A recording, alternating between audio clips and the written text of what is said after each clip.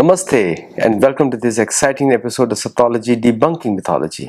सतोलॉजी के इस एपिसोड में आपका बहुत बहुत स्वागत है। बहुत ही इकोनॉमिक टाइम्स की स्पीचेस आपको स्टडी करने की बहुत ज़रूरत है। मैं भारत की बदलती जो फॉरेन पॉलिसी है, जो प्रैग्मेटिक फॉरेन पॉलिसी है, उसके विषय में बात करूंगा। For China, for Pakistan, for the world. दो वर्ड्स याद रखिए, डिस्ट्रस्ट और डाइवर्सिफाई।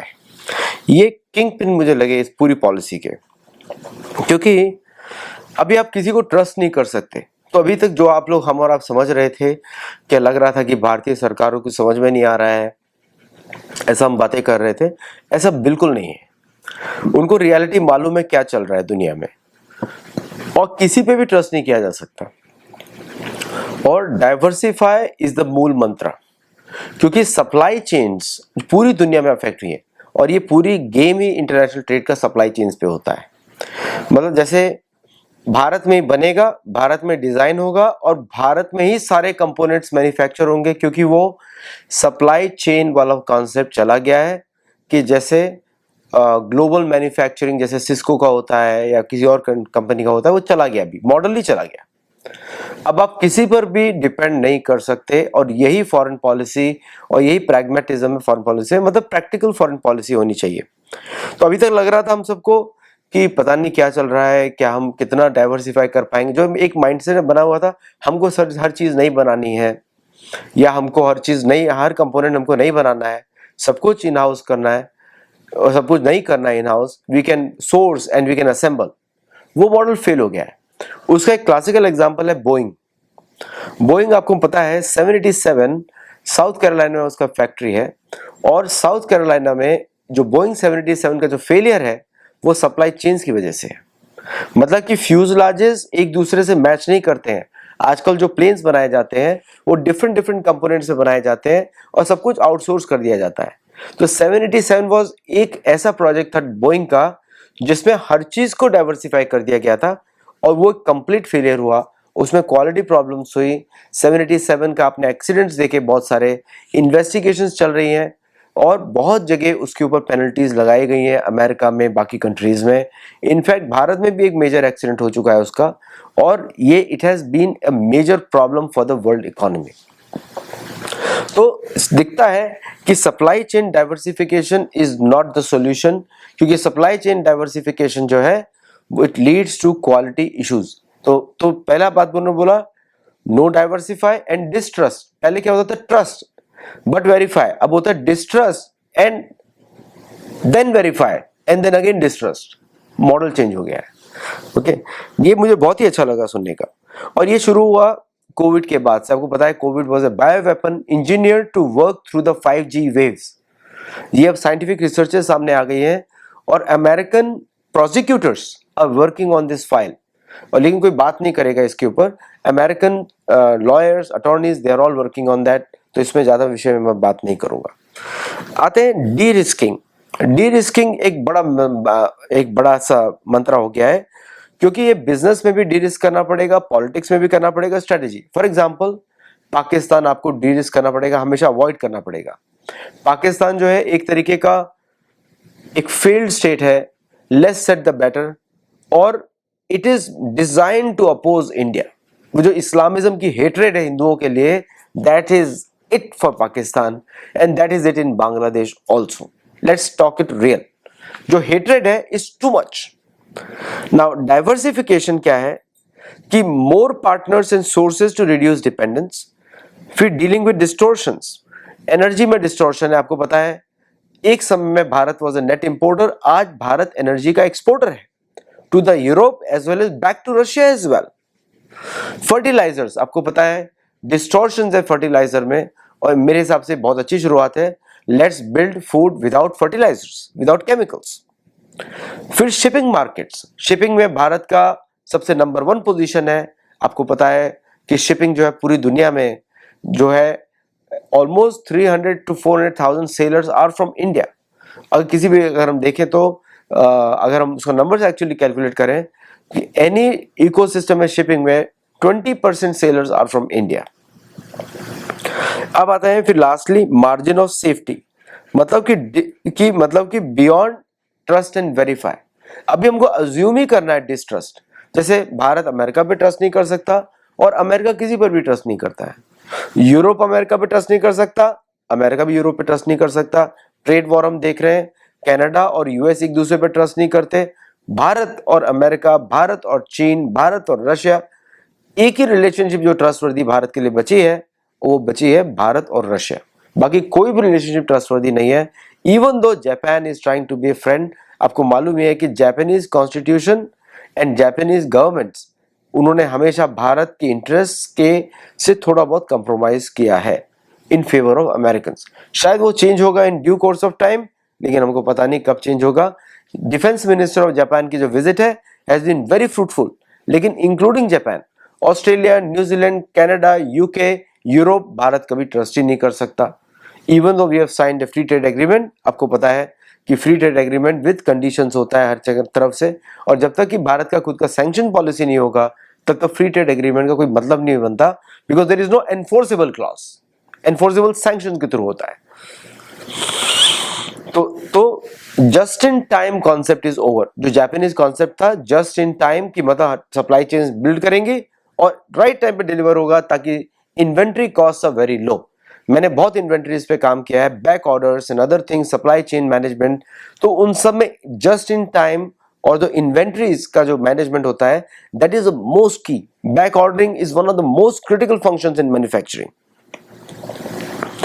अब आता है कि make in India, design in India, invent in India, वही पूरा साइकिल है। आपने देखा होगा इसरो का डाइवर्सिफिकेशन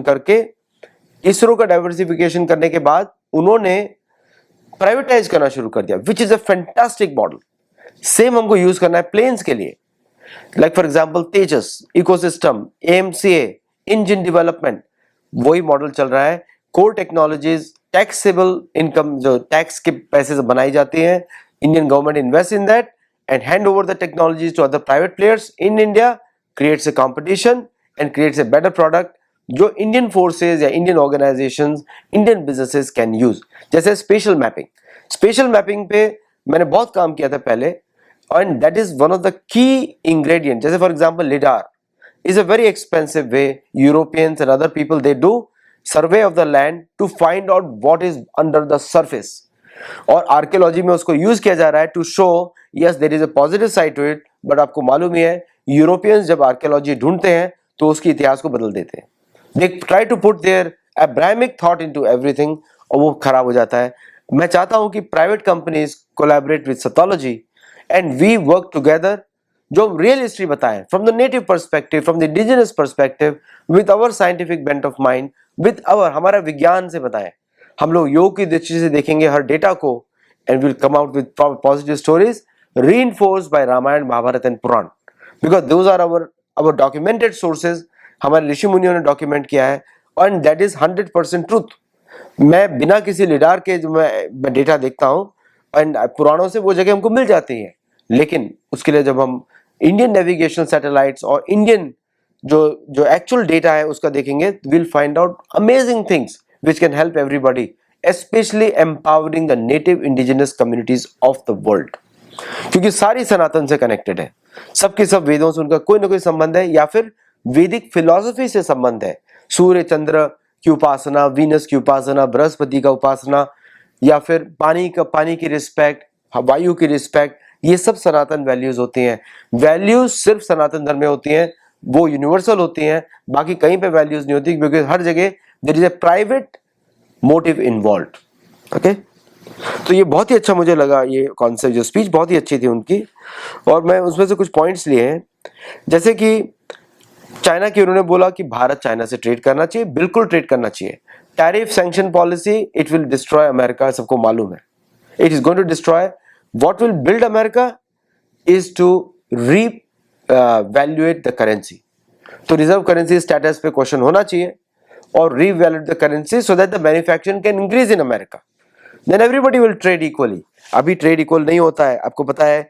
इंटरनेशनल इंस्टीट्यूशंस, आपको जो आप स्विफ्ट पे जब कोट करते ट्रेड करते थे स्विफ्ट में, तो सबके पास पहले से इंफॉर्मेशन आ जाता था कौन किसे ट्रेड कर रहा है, क्या वॉल्यूम है, क्या ट्रांजैक्शंस है, what is the dollar value. तो इसलिए बिजनेस इंटेलिजेंस लाइव होती थी अमेरिकन के पास में और यूरोपियंस के पास में, अब उसका पॉसिबिलिटी नहीं है। अब आते हैं पाकिस्तान। तो पाकिस्तान तो हमेशा देयर इज अ प्रॉब्लम, क्योंकि पाकिस्तान हमेशा टेररिज्म को ही यूज करता है। उसकी स्टेट पॉलिसी है, वो जो इस्लामिक घृणा है against Hindu is being used extensively in Pakistan, और वही घृणा उसको जला के खाक कर देगी। बिकॉज पाकिस्तान के लोग जानते हैं पहले हिंदू थे, और वो हिंदू जमीन पे बैठे हुए हैं, उनकी जमीन नहीं है, आर्टिफिशियली मिली है। तो Pakistan will always promote terror, ये जयशंकर जी ने एक्नॉलेज किया, और उसकी स्टेट पॉलिसी है। जहां भी पाकिस्तान इन्वॉल्व होगा, एंटी भारत एक्टिविटीज शुरू हो जाएंगी, एंटी हिंदू एक्टिविटीज शुरू हो जाएंगी, and that acknowledgement has to be there. और अमेरिका, यूके, ब्रिटेन, यूरोप, सभी कंट्रीज को ये वार्निंग भी होती है कि भाई आप पाकिस्तान के साथ डील करोगे, भारत के साथ आपके रिश्ते बदल सकते हैं, खराब भी हो सकते हैं। बांग्लादेश, आपको पता ही है कि बांग्लादेश हैज टू कंप्लाई, सीधी सी बात है, बांग्लादेश कंप्लाई और पेरिश। आपके पास दो ही वर्ड्स है बांग्लादेश के पास, आइदर कंप्लाई और पेरिश।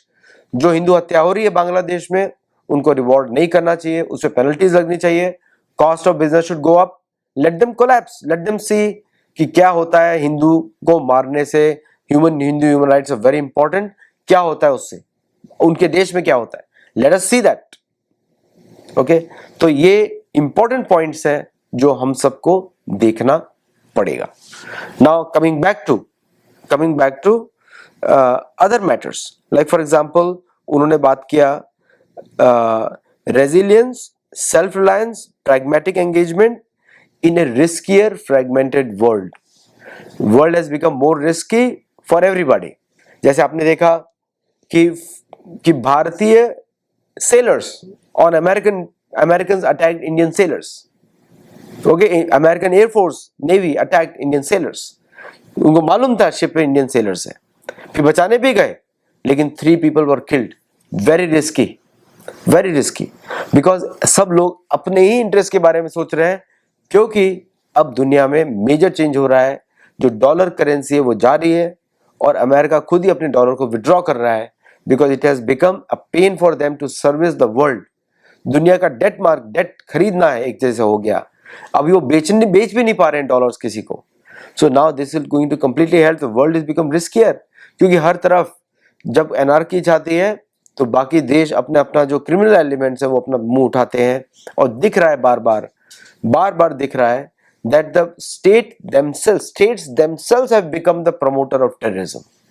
पाकिस्तान एक एग्जांपल है, यूरोप अनदर एग्जांपल है, भारत के अंदर क्या हरकतें कर रहे हैं वो भी another example through America.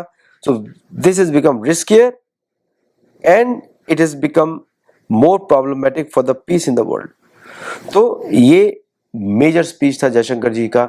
Jaishankar जी ने आउटलाइन कर दिया कि भारत ना झुकेगा, भारत समझ गया है, और Bharat will work on the geopolitical realities through pragmatism. मतलब जो वस्तुतः होना चाहिए वही किया जाएगा, जो नहीं होना चाहिए वो नहीं किया जाएगा। बहुत सारी नॉइज होती है पॉलिसी मेकिंग में जो हमको मीडिया पे सुनाई देती है, कुछ लोग ये बात करते हैं, कुछ लोग वो बात करते हैं। ऑफिशियल सोर्सेज पे रिलाई करना ज्यादा अच्छा होता है, because these are the news makers, इनकी पॉलिसी अफेक्ट होती है दुनिया में। And this is a very strong message to America that we understand your game. Jaishankar ने बोला अमेरिका को, we understand your game, India neither trust you neither India distrust you, India wants to diversify, आप कुछ कर नहीं सकते, और इस पे अदर एक्शंस भी हो सकते हैं। लाइक फॉर एग्जांपल स्टारलिंक के कंपेटिटर्स इंडिया में बनने वाले हैं। Okay, many companies are coming, SpaceX से कंपेटिटर्स बनने वाले हैं। जो 100 लोगों ने रिजाइन किया था, अब उनको ऐसा चांस नहीं मिलेगा, because everything will be privatised. सरकार ऐसा पे नहीं कर सकती, प्राइवेटाइजेशन में पे हो सकता है, सरकार के नियम होते हैं, because taxpayers money is there. Class 1, class 2, class 3, class 4 वो सही मॉडल है, सरकार ऐसे ही चलती है।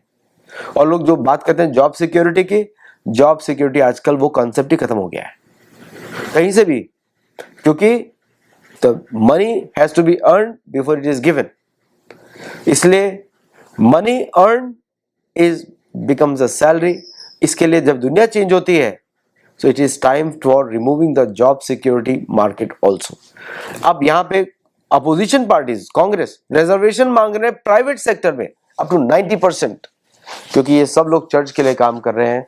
दे don't want India to grow, क्योंकि इंडिया ग्रो होगा तो उनकी मेंबरशिप रुक जाएगी इंडिया में, समझे आप। When the money income goes, people leave the church।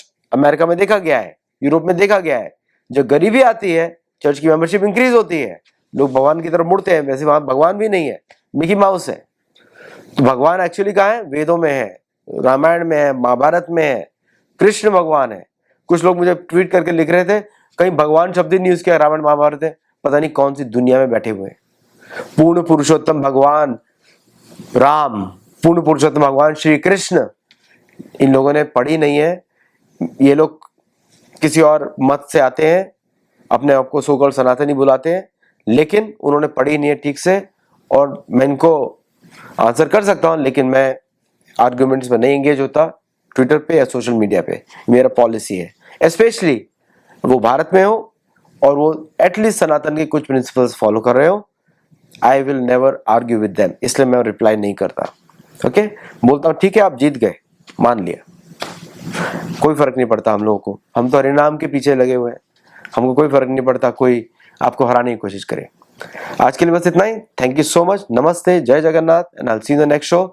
अगर आपको वीडियो अच्छा लगा हो तो लाइक करिएगा, शेयर करिएगा और चैनल को हमारे सब्सक्राइब भी करिएगा।